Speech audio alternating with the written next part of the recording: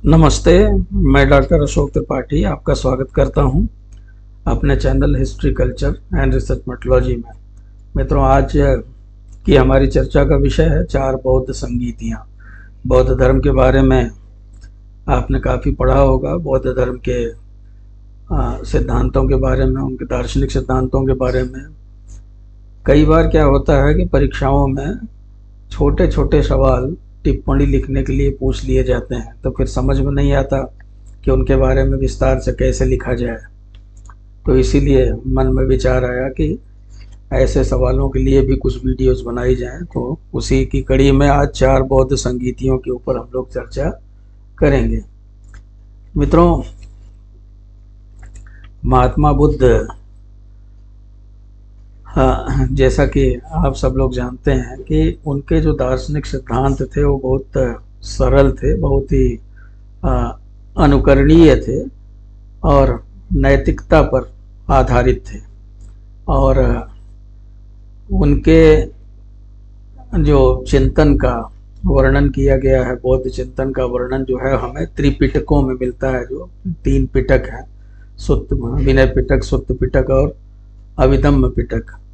तो अगर उनका जो है हम अध्ययन करें तो हम ये पाते हैं कि बौद्ध धर्म के जो भी सिद्धांत हैं वो आचार शास्त्र या नैतिकता पर आधारित हैं। और उनकी जो चिंतन पद्धति है या बौद्ध महात्मा बुद्ध की, और उनके जो सिद्धांत हैं वो उनके महापरिनिर्वाण के उपरांत राजगृह में जो पहली बौद्ध संगीत हुई उसमें संकलित किए गए। और इस संगीत के उपरांत भी उनका लगातार विस्तार होता रहा और भी संगीतियाँ होती रहीं, और समय समय पर उसमें नई नई बातें जुड़ती चली गईं।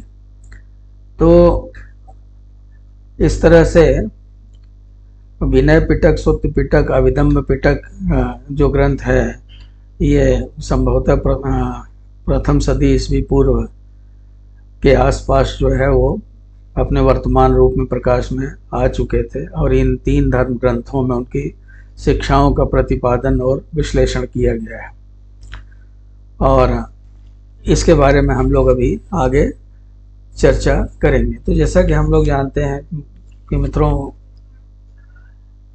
गौतम बुद्ध की जो दार्शनिक शिक्षाएं थी उनमें चार आर्य सत्य एक महत्वपूर्ण जो उनका सिद्धांत था सबसे, वो था, यहाँ हम बहुत ज़्यादा डिटेल में नहीं जाएंगे उसके बारे में। जैसे दुख है, दुख का कारण है, दुख है, तो गौतम बुद्ध ये कहते थे कि सब चीज़ दुखी, तो संसार दुख से परिपूर्ण है। जन्म भी दुख है, जरा भी दुख है, व्याधि भी दुख है, मरण भी दुख है, अप्रिय मिलन भी दुख है, प्रिय का वियोग भी दुख है, इच्छित वस्तु का न प्राप्त होना भी दुख है।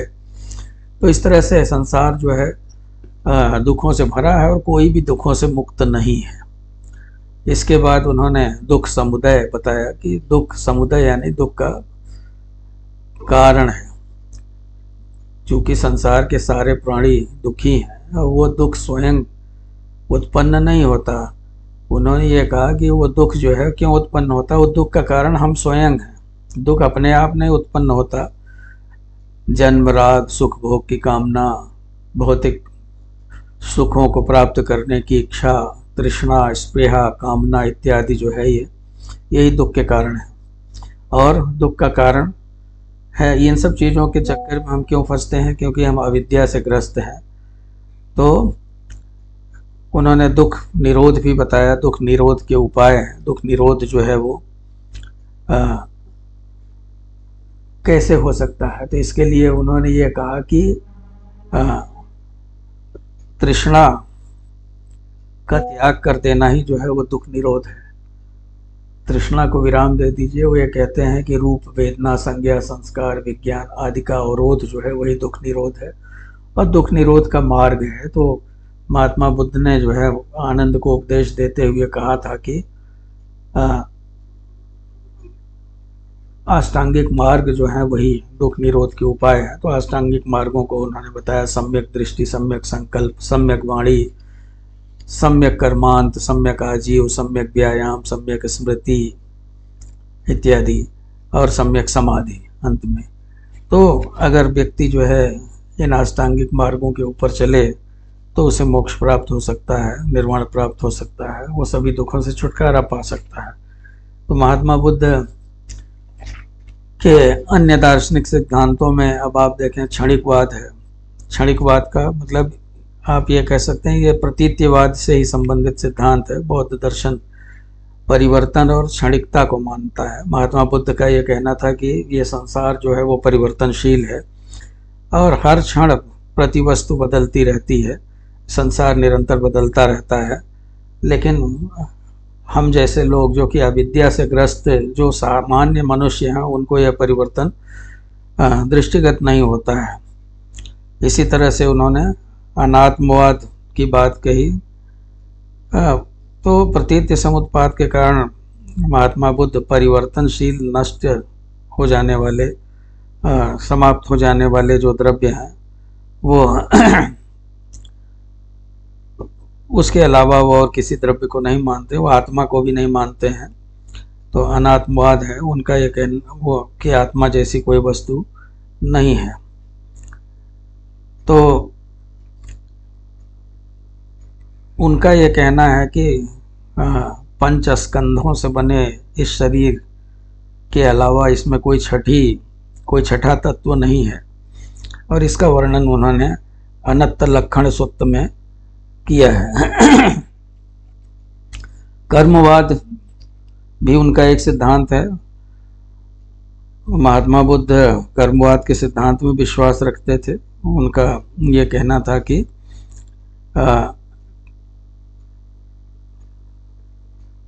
संसार में जो कुछ भी होता है, जो भी क्रियाएं होती हैं, उनका जो नियंता है वो कर्म ही है। सारी शारीरिक, मानसिक, वाचिक सभी क्रियाएं जो हैं कर्म के द्वारा ही नियंत्रित होती हैं। और जो भी व्यक्ति चाहे वो किसी भी वर्ण का हो, वो अगर सम्यक कर्म अपना करेगा तभी उसको निर्वाण प्राप्त हो सकता है। तो बौद्ध धर्म में कर्म का बहुत अधिक महत्व है। इसी तरह से महात्मा बुद्ध पुनर्जन्म में भी विश्वास रखते थे। उनका ये कहना था कि मनुष्य जो है वो अपने कर्मों का फल अच्छे रूप में या बुरे रूप में पाता है। और तो पुनर्जन्म जो था वो एक तरह से आत्मा का नहीं बल्कि चरित्र का संस्कार होता है। तो जैसा आदमी कर्म करेगा उसको अगला जन्म वैसा ही मिलेगा। बौद्ध धर्म में बहुत सारी शिक्षाएं, नैतिक शिक्षाएं दी गई हैं। और तो धीरे धीरे जो है बुद्ध के शिष्यों ने जो है वो बौद्ध संघों का विकास कर लिया। बौद्ध संघों का विकास करने के बाद भिक्षु भिक्षुणियों के लिए का कुछ नियम वगैरह भी बनाए गए। और प्रत्येक भिक्षु से या भिक्षुणी से यह उम्मीद की जाती थी कि वो इन नियमों का पालन करेगा। जैसे कि वो जब तक महात्मा बुद्ध जीवित थे तब तक जो है जो उनके शिष्य थे वो उनके साथ रह के उनका उपदेश वगैरह सुनते थे, उसके अनुसार आचरण करने का प्रयास करते थे। लेकिन महात्मा बुद्ध की मृत्यु के बाद उन्होंने संघ का निर्माण कर लिया और फिर उसके लिए कुछ नियम वगैरह बना के उसके अनुसार आचरण करने लगे। यहाँ चूँकि हमारा विषय ये नहीं है इसलिए बहुत डिटेल में हम नहीं जाएंगे। और तो नतीजा ये हुआ कि अब देखिए समस्या कहाँ आती है। समस्या आती है जब बहुत सारे अनुयायी अपने अपने ढंग से उस दर्शन की व्याख्या करने लगते हैं। जैसे बौद्ध दर्शन की बात यहाँ पे है तो उनमें कुछ मतभेदों का होना स्वाभाविक है। तो बुद्ध के अनुयायियों में आपसी मतभेद ही बौद्ध संगीतियों अथवा सभाओं का आयोजन करने का कारण था। तो ये आयोजन क्यों किए गए? क्योंकि बुद्ध के अनुयायियों में आपसी मतभेद हो। जब तक महात्मा बुद्ध जीवित रहे और बौद्ध धर्म जो है वो बहुत लोकप्रिय होता चला गया, तब तक हम ये देखते हैं कि उसमें एकता बनी रही। लेकिन महात्मा बुद्ध की मृत्यु के बाद ये एकता भंग होने लगी। उनके अनुयायी जो है वो हम कह सकते हैं कि दो भागों में विभक्त हो गए। एक भाग का कुछ और मानना था, दूसरे भाग का कुछ और मानना था, परंतु बौद्ध धर्म के ऊपर इसका कोई विशेष प्रभाव नहीं पड़ा। उनका मतभेद जो है वो दूर करने के लिए समय समय पर कई सभाएं आयोजित की गई, जिन्हें हम बौद्ध संगीत कहते हैं। तो आप देख सकते हैं अपनी स्क्रीन पर भी कि महात्मा बुद्ध के निर्वाण के कुछ सप्ताह बाद ही, या कह लीजिए कि उनकी मृत्यु के बाद ही, शीघ्र ही 483 ईस्वी पूर्व में ही अजातशत्रु उस समय शासक था आरण्यक वंश का। तो उसके समय में 483 ईस्वी पूर्व में राजगृह के निकट सप्तपर्णी गुहा में प्रथम संगीत का आयोजन किया गया और महात्मा बुद्ध के उपदेशों का संकलन किया गया। तो इस प्रथम संगीत की अध्यक्षता महाकश्यप उपाली ने की थी और इसमें ऐसा कहा जाता है कि 500 भिक्षुओं ने भाग लिया, इसलिए इसे पंचशतिका भी कहा जाता है। पंचशतिका, 500 भिक्षुओं ने इसमें भाग लिया था। तो इसमें विभिन्न जो बौद्ध संघ बन गए थे जगह जगह, तो विभिन्न संघों के प्रतिनिधि थे इसमें, और ये काफ़ी लंबे समय तक चली है। ऐसा कहा जाता है कि लगभग 7 महीने, 7 मंथ्स, 7 महीने तक ये पहली बौद्ध सभा ये चलती रही। और इस सभा में महात्मा बुद्ध के उपदेशों पर, उनके दर्शन पर काफ़ी मंथन किया गया, और मंथन करने के बाद जो है उनके उपदेशों को 2 पुस्तकों में लिखा गया है। मतलब 2 बातें उभर के सामने आई कि एक तो कुछ नियम बनाए जाएं, जो संघ में बौद्ध भिक्षु वगैरह रहते हैं उनके लिए कुछ निर्देश वगैरह, और दूसरी बात यह कही गई कि महात्मा बुद्ध के जो धार्मिक उपदेश हैं उनका संग्रह किया जाए। तो इस तरह से 2 ग्रंथ सामने आए आगे चल करके, जिसे हम विनय पिटक और सुत्त पिटक कहते हैं। पिटक का अर्थ होता है पिटारा, यानी कि विनय का पिटारा, और सुत्त यानी जो सूत्र हैं, बौद्ध दर्शन के जो सूत्र हैं उनका पिटारा। तो इसमें महात्मा बुद्ध के धार्मिक उपदेशों का संग्रह है सुत्त पिटक में, और विनय पिटक में हम भिक्षुओं के लिए जो नियम वगैरह थे वो विनय पिटक में है। तो इस तरह से हम देखते हैं कि ये 2 ग्रंथ सामने आए। अभी हम विनय पिटक और सुत्त पिटक के बारे में आगे और विस्तार से बात करेंगे, इनमें क्या है।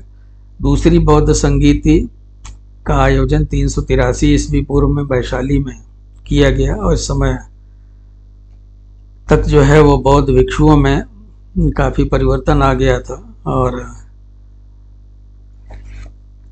कई बार क्या होता है कि नियम तो बना दिए जाते हैं, लेकिन उन नियमों पे लोग चलते नहीं हैं, वो सिद्धांत में ही रह जाते हैं, व्यवहार में नहीं रह पाते हैं। तो विनय पिटक में जो नियम वगैरह बनाए गए थे, उन नियमों के अनुसार बहुत सारे बौद्ध भिक्षु नहीं चल रहे थे, उसके प्रतिकूल आचरण कर रहे थे। और यही कारण है कि फिर ये तय किया गया कि दूसरी बौद्ध महासभा बुलाई जाए, बौद्ध संगीत बुलाई जाए, और उसमें इस बात पर विचार विमर्श किया जाए। तो देश के कोने कोने से भिक्षुओं को बुलाया गया। इसका आयोजन 383 ईस्वी पूर्व में वैशाली में हुआ, यश नामक आचार्य की देखरेख में हुआ। और तो इस आयोजन में खास बात यह थी कि वैशाली के जो भिक्षु थे वो अपने मत पे डटे रहे, और जबकि बाहर से जो भिक्षु आए थे वो उनका उनसे विभेद था, वो मतांतर था आप कह सकते हैं। तो यहाँ पे क्या हुआ कि काफ़ी विचार विमर्श के बाद जो है दोनों एक नहीं हो पाए। तो जो बौद्ध संघ था वो 2 शाखाओं में विभक्त हो गया।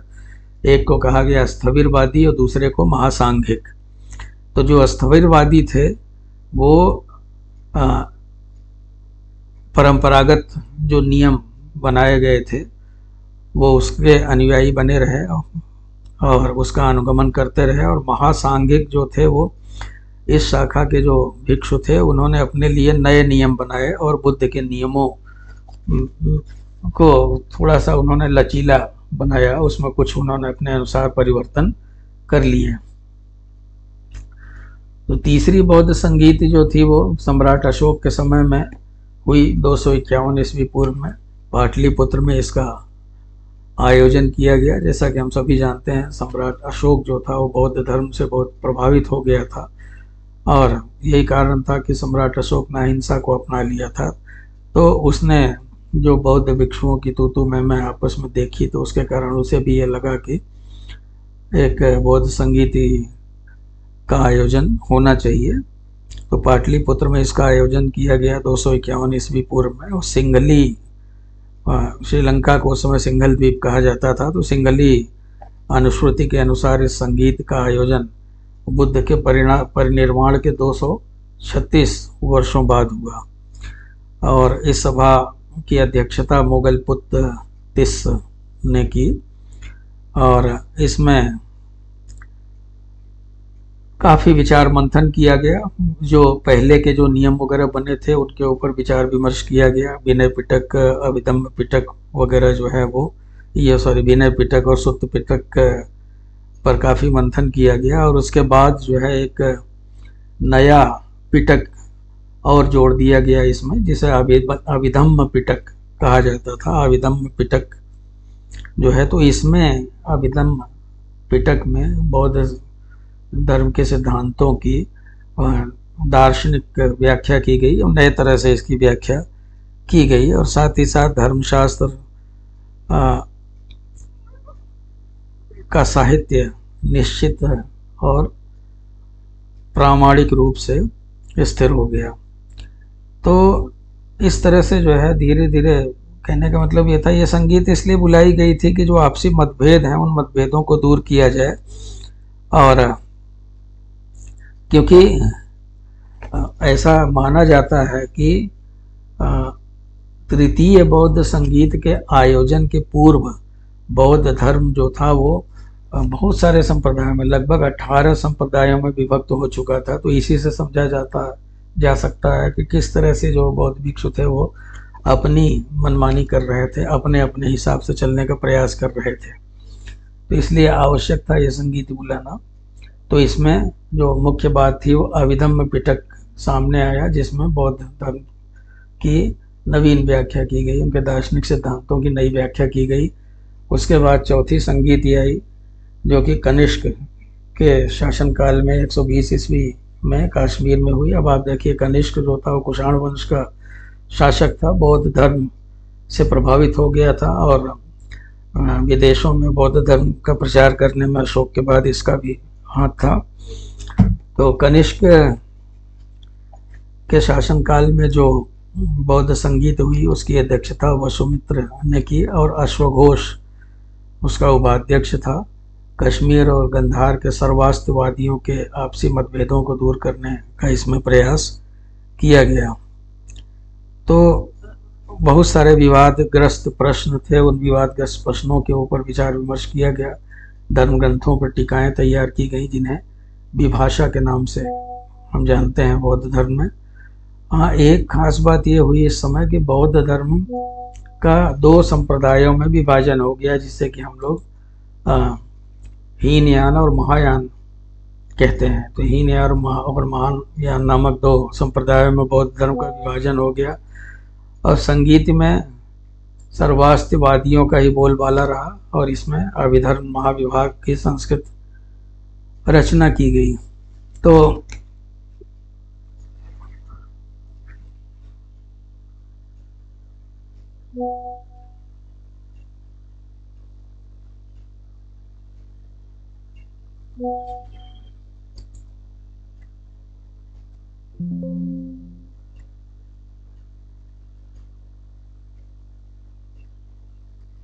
हाँ मित्रों,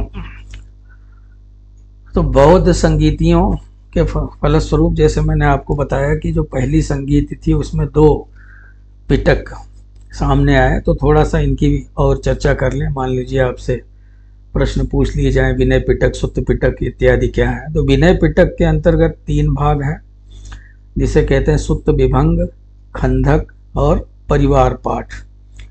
तो सुत्त विभंग में सुत्तों की व्याख्या की गई है, वो जिसे पाली भाषा में कहा गया पाति मोक्ष। इसके अलावा 226 प्रकार के पाप कर्मों और पापों की सूची और उसके प्रायश्चित दिए गए हैं। और तो इसी सूची को विनय पिटक का केंद्र बिंदु समझा जाता है। सुत्त विभंग भी 2 भागों में विभक्त है, भिक्खु विभंग और भिक्खुनी विभंग। तो इनमें जो है वो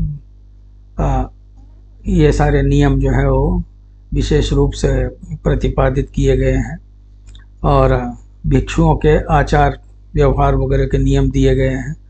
तो संघ में प्रवेश किस प्रकार से होगा, और अलग अलग समय पर कौन कौन से व्रत इत्यादि रखे जाएंगे, चतुर्मास किस तरह से व्यतीत किया जाएगा, भिक्षु लोग किस प्रकार का वस्त्र धारण करेंगे, और भोजन किस प्रकार से करेंगे, भोजन में किन कौन कौन सी चीज़ें वर्जित होंगी, भोजन जो है वो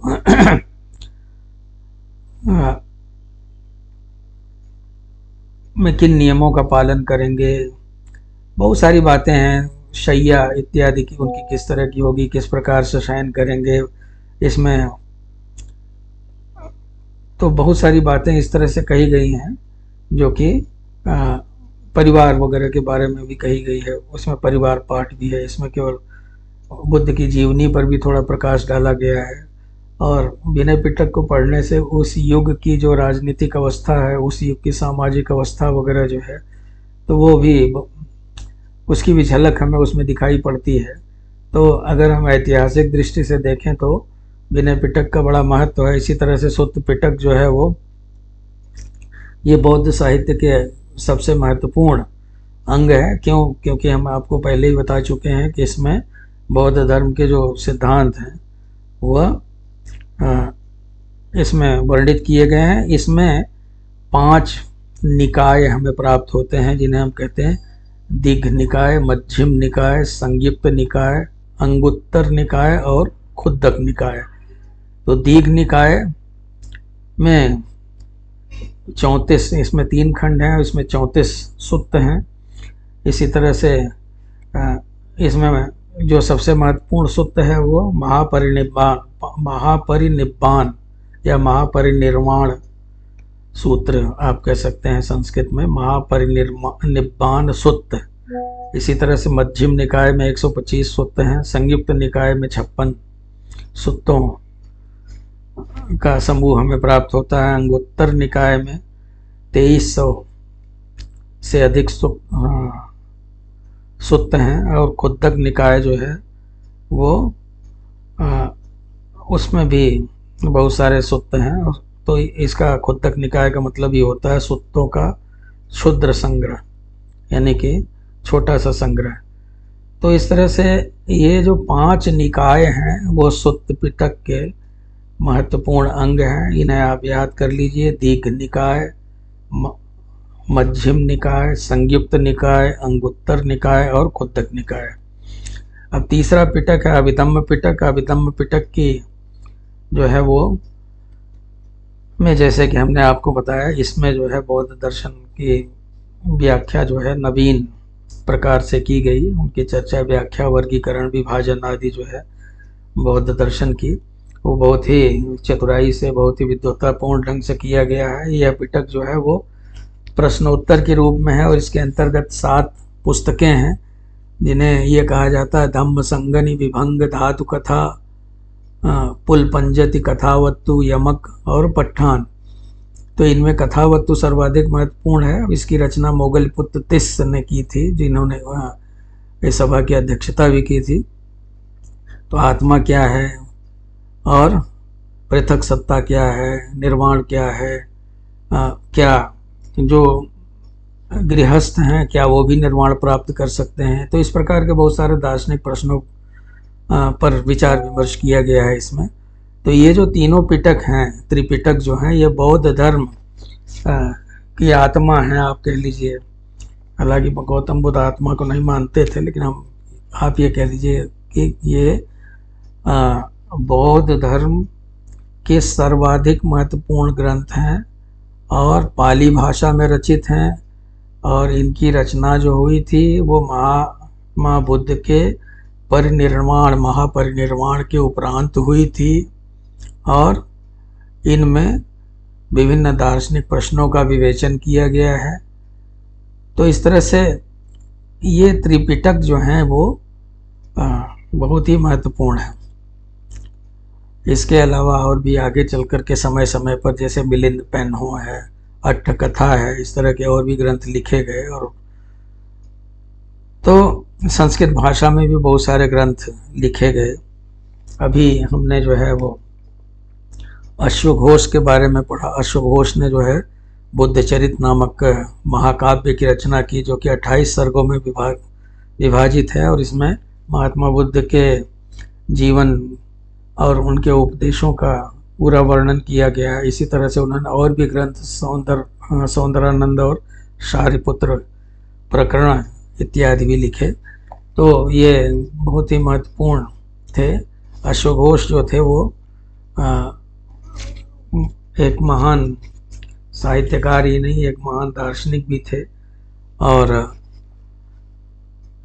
चौथी बौद्ध संगीत में उपाध्यक्ष के पद पे उन्होंने काम किया था। और उन्होंने, आप ये कह सकते हैं कि जिस प्रकार से ऐसा कहा जाता है कि कौटिल्य ने अर्थशास्त्र लिख के मौर्य साम्राज्य को गौरवान्वित किया था, इसी तरह से उन्होंने बुद्ध चरित लिख करके बौद्ध धर्म को गौरवान्वित किया। तो शारिपुत्र प्रकरण की रचना जो उन्होंने की थी, और उसमें उनके दार्शनिक विचार हम देख सकते हैं। तो वो कनिष्क के दरबार में थे और सभी धर्मों के प्रति उदार विचार रखने वाले थे। इसी तरह से वसुबंधु था। वसुबंधु जो है वो भी एक बहुत बड़ा दार्शनिक था, और उसने जो है उसका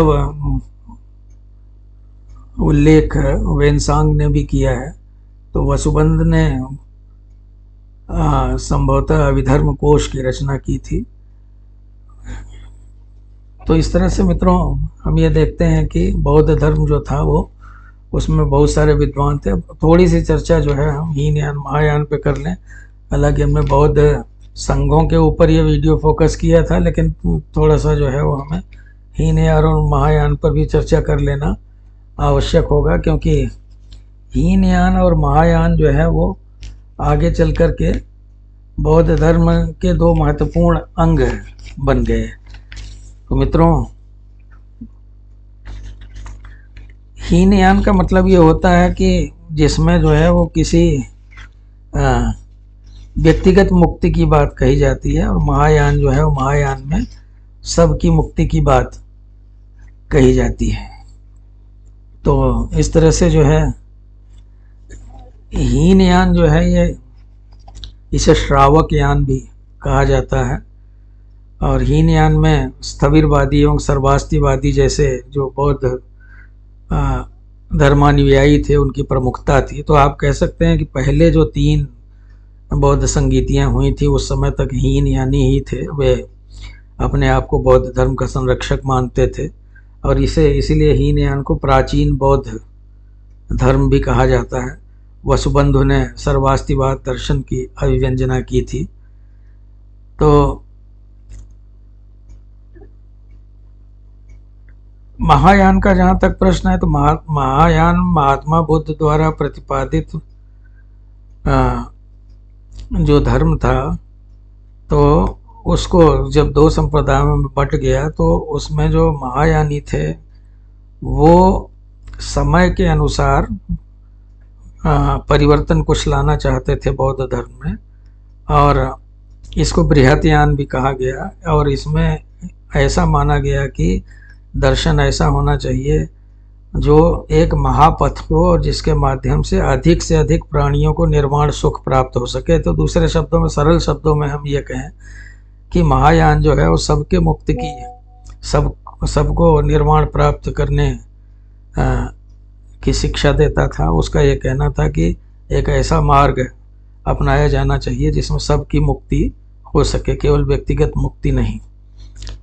तो इस तरह से महायान जो है कालांतर में, महायान जो है वो उसमें और भी परिवर्तन हुए। अब जैसे उसमें पूजा पाठ वगैरह भी शुरू हो गया, गौतम बुद्ध का वंदना और अर्चना, मूर्ति पूजा इत्यादि जो है वो महायान के कारण ही बौद्ध धर्म में आई। परिणामतः बहुत सारे जो है आगे चल के हम देखते हैं बुद्ध की मूर्तियां इत्यादि बनने लगी हैं। उसके ऊपर जैसे हिंदू मंदिरों की तरह मूर्तियां जो हैं उस पर पत्र पुष्प दीप नैवेद्य इत्यादि चढ़ाया जाने लगा। बौद्ध दर्शन में यह भी माना गया कि बोधिसत्वों में अवलोकितेश्वर की स्थिति जो है वो महिमा मंडित है, और इसकी जो समता है वैदिक युगीन देवता विष्णु से की गई है पद्मपाणि के रूप में। तो इस प्रकार से मित्रों आगे चल कर के 8वीं शताब्दी में तक में हम देखते हैं कि इसमें एक और यान जुड़ गया जिसे वज्रयान कहते हैं। तो इसका तो वज्रयान संप्रदाय जो है वो महायान के ही ज़्यादा समीप है, और इसमें तांत्रिक तत्वों की प्रधानता है। बौद्ध धर्म में तंत्र मंत्र इत्यादि जो है वो घुस गए, और कुछ ग्रंथ जो है जैसे मंजूश्री, मूल कल्प इत्यादि हैं उनमें हम इनके बारे में जानकारी प्राप्त कर सकते हैं। तारानाथ जो है वो का कहना है कि तंत्र परंपरा का 300 वर्ष तक लोप रहा, उसके बाद इसका विकास हुआ, और पल्लव शासकों के समय में इसका 7वीं शताब्दी में तेजी से विकास हुआ। तो वज्रयानियों का मानना है कि मानव समाज के उद्धार के लिए करुणा ही एकमात्र उपाय है। वज्रयान में तो तंत्र मंत्र इत्यादि की प्रधानता रही। आप इतना ध्यान रखें क्योंकि कई बार ऑब्जेक्टिव टाइप क्वेश्चंस वगैरह में ये सब चीज़ें पूछ ली जाती हैं। तो मुख्य बात आपके समझ में आ गई होगी कि हीनयान संप्रदाय जो है वो आप ये कह लीजिए कि हीनयान संप्रदाय जो था वो महात्मा बुद्ध को एक महापुरुष मानता था, जबकि महायानी उन्हें एक देवता मानने लगे और देवता की तरह मूर्तियां रख करके मंदिरों में उनकी पूजा करने लगे। हीनयानी बोधिसत्वों में विश्वास नहीं करते थे, जबकि महायानी उनकी पूजा करते हैं। इसी तरह से हीनयान संप्रदाय का प्रसार जो है वो एशिया के अलावा दक्षिण पूर्वी देशों में अधिक हुआ है, जबकि महायान का प्रसार उत्तर पूर्वी देशों में हुआ। हीनयान के अनुयायी मोक्ष का साधन सत्कर्म और नैतिक जीवन को मानते हैं, जबकि महात्मा बुद्ध की उपासना करके ही मोक्ष मिल सकता है, ऐसा महायानियों का मानना है। हीनयानी मोक्ष प्राप्ति के लिए हीनयानियों का कहना है कि भिक्षु बनना आवश्यक है, जबकि महायानी ये कहते हैं कि गृहस्थ धर्म में रहते हुए भी निर्वाण प्राप्त किया जा सकता है। तो हीनयानी जो है वो दिगंबर जैन संप्रदाय की तरह से कठोर तपस्या वाला जीवन व्यतीत करने में विश्वास करते हैं, जबकि महायान संप्रदाय के अनुयायी जो है सरल और सुगम जीवन व्यतीत करने में विश्वास करते हैं। तो इस प्रकार से हीनयान और महायान संप्रदाय में आपको अंतर समझ में आ गया होगा। तो मित्रों ये 4 बौद्ध संगीतियों के बारे में हमने चर्चा की। बीच में हमने और भी बहुत सारी बातें आपको बता दी। तो उम्मीद है कि आपको ये वीडियो पसंद आया होगा, और अगर ये वीडियो आपको पसंद आया हो तो चैनल को लाइक करें, सब्सक्राइब करें, और साथ ही साथ अपने मित्रों के साथ शेयर करें। तो मेरा निवेदन है कि जिन्होंने सब्सक्राइब नहीं किया है वो चैनल को सब्सक्राइब अवश्य कर लें। बहुत बहुत धन्यवाद। नमस्कार।